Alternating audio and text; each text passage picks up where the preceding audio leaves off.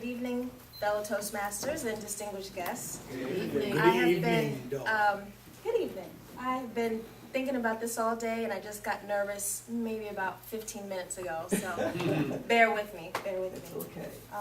So the topic of my speech today is entitled Life's Journey. For those of you all who do not know me, my name is Dawne Jeanette Morris. I was born July 25th, 19 such and such, 79, it's not a big deal, to Robert and Karen Morris, both who hail out of Baltimore, Maryland. My father was in the United States Air Force, and my mother was a domestic engineer, a life coach, a counselor. She was everything, so she was a homemaker. I'm the oldest of 6 children. I have 3 brothers and 3 sisters. And throughout my life, we grew up traveling around the world. When I was 5 years old, I moved to Okinawa, Japan. And while living in Japan, I was able to, of course, begin kindergarten and from there matriculate through different grades. While we lived in Japan, I had a great childhood. It was one filled with adventure. We visited the East China Sea, we went to zoos, went to different cultural expos in Japan, and we just had a great time while I was growing up. I had the ideal childhood, plus my brothers and sisters. While growing up in Japan, I did not know what it was like to be an American. I knew I was American, but I didn't know what that meant because I'd never really lived in the States. I enjoyed different things that the United States had to offer, such as Boy George, Wham, Beastie Boys, Public Enemy, Prince, Michael Jackson, all of the people that we heard about in Japan and all of the things that America had to offer, but that I wasn't privy to because I had never really lived there. As an adult now, I realize how much fun the 80s were, but back then it just seemed weird to me. All of the different things that were being brought to us, to Okinawa from the United States, all the different fads and cultural differences. When I was about 8 years old, my family then moved to from Okinawa, Japan to Travis Air Force Base in California. I didn't like the United States. My very first week there was raining, it was cold, it was icy, and on top of that, our first week in the States, my whole family caught chickenpox. It was very disconcerting, and I thought to myself, if this is what the U.S. is like, just take me back home to Japan. I don't like this. This isn't for me. So while attending school in California, I was aware of my identity being an African American. However, I had never experienced what it meant to be an African American in the United States. So in moving to California and attending school there, that was the first time I had ever been called the N-word. Although at that time I didn't know what it meant, I heard the way it was said, and so I knew it couldn't mean anything good.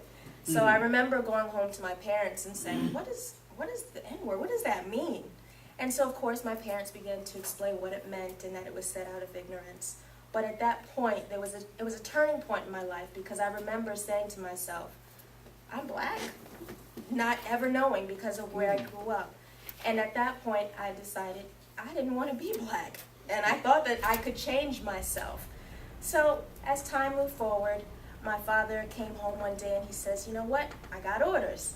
And so we're either going to go to Ramstein, Germany, or we're going to go back to Okinawa. Let's take a vote. Which one do you guys want to do? So I said, you know what, I want to go back to Okinawa. So our family voted for us to go back to Okinawa, and we went back home, I felt. So when we got there, I thought to myself, wow, it's great to be back home. The people were so nice, they loved us, and we had just such a great time. But one of the things that I encountered is during that time, I had got eczema, and my skin began to turn white. One of the things that I previously wanted actually began to come to fruition, and my skin literally began to change colors. And throughout our time there, we began to go to different Japanese doctors, and they gave us different medicines and creams and things for me to take, and eventually things began to get better. As time went on, I learned to accept myself. I learned to be happy with who I was. I learned about the contributions of African Americans, and I learned that actually through a teacher that I had in the 8th grade. Her name was Ms. Hobbs, and she said, never let that be a hindrance to you. Love who you are. And so from that, I completely did a 180, and I decided, oh, I'm happy I'm black. And while we were there was a new show that began to show on the TV there. We only had one station. and this show is called A Different World. And I loved this show, and so I decided when I moved back to the States, I was going to a black college, and I did.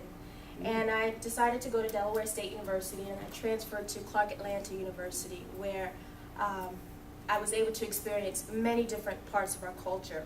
As time moved on, fast forward in my life, I moved to Baltimore, Maryland at the age of about 26 years old. And there I received a job at Bank of America, became an assistant vice president there.